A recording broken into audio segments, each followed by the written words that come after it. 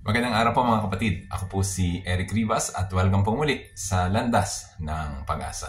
Ang ating pong ebanghelyo sa araw na ito ay hango po sa kay San Mateo, chapter 9, verses 9 to 13. Atin po pakinggan, baka may mapulot po tayong aral. Nung panahon yon, umalis si Jesus at sa kanyang paglakad, nakita niya ang isang taong ang pangalay Mateo. Nakaupo ito sa paningilan ng buwis. Sinabi ni Jesus sa kanya, "Sumunod ka sa akin." Tumindig si Mateo at sumunod sa kanya. Nang si Jesus at ang kanyang mga alagad ay nasa bahay ni Mateo, dumating ang maraming publikano at mga makasalanan at sila'y magkakasalong kumain. Nang makita ito ng mga Pariseo, tinanong nila ang kanyang mga alagad, "Bakit sumasalo sa mga publikano at mga makasalanan ang inyong guro?"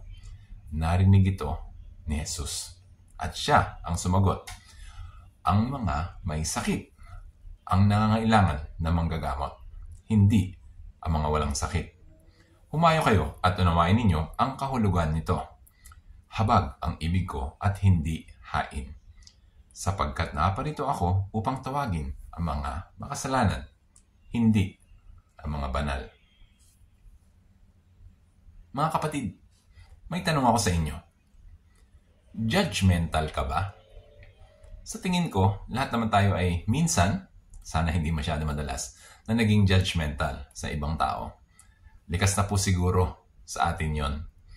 Hindi man natin mabanggit, malamang kahit sa ating isipan, marami na rin tayong na-judge. Sa ating ebanghelyo, napakinggan kung paano tinawag ni Jesus si Mateo, na kalaunan ay naging isa sa kanyang mga apostol. Bago nakita o nakilala ni Mateo si Jesus, isa siyang publikano o taga-kolekta ng buwis mula sa mga Hudyo. Noong panahon yon, hindi maganda ang pagturing ng mga tao sa mga publikano dahil kadalasan ay mga korap at mandaraya ang mga yan. Iniisip lamang ang pagpapayaman sa kanilang sarili habang ang mga kapwa nila ay naghihirap. Ang mga publikano ay makasalanan. Ganun na lang ang pagkabigla nila nang tawagin ni Jesus si Mateo. Wika niya, "Halika, sumunod ka sa akin." Kilala ba ni Mateo si Jesus? Malamang may idea siya sa mga chismis o mga naririnig niya. Ngunit hindi pa sila magkakilala sa una nilang pagtatagpo. At sa tawag ni Jesus, natanggap ni Mateo ang karunungan na taglay ng Espiritu Santo. Kung kaya't walang pag-aalinlangan o pag-aatubili, siya'y tumayo at sumunod kay Jesus. Si Mateo, isang makasalanang publikano, tumugon sa tawag ni Jesus. Nainggit at nagalit ang mga Pariseo sa eksenang ito, lalong-lalo na nung nag-host si Mateo sa bahay niya kasama pa ang ibang mga makasalanang publikano at nagsalo-salo sila sa pagkain kasama si Jesus. Nagparinig sila sa mga alagad ni Jesus na siya namang narinig din ni Jesus kung kaya't sila'y napagsabihan. Napagsabihan sila ni Jesus at bumalik sa kanila ang pagiging judgmental nila. Deserve, di ba? Mga kapatid, tiyak ko na si Mateo ay hindi naman po siya masamang tao. Makasalanan ba siya? Malamang. Sounds familiar, di po ba?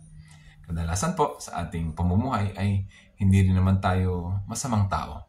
Pero pagdating sa pagiging makasalanan, guilty.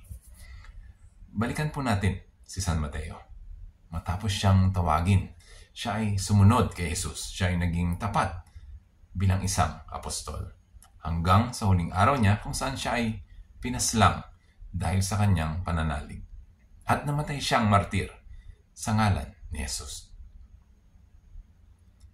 Makasalanan ka rin bang tulad ko? Tulad ni San Mateo? Pakinggan mo ang iyong puso.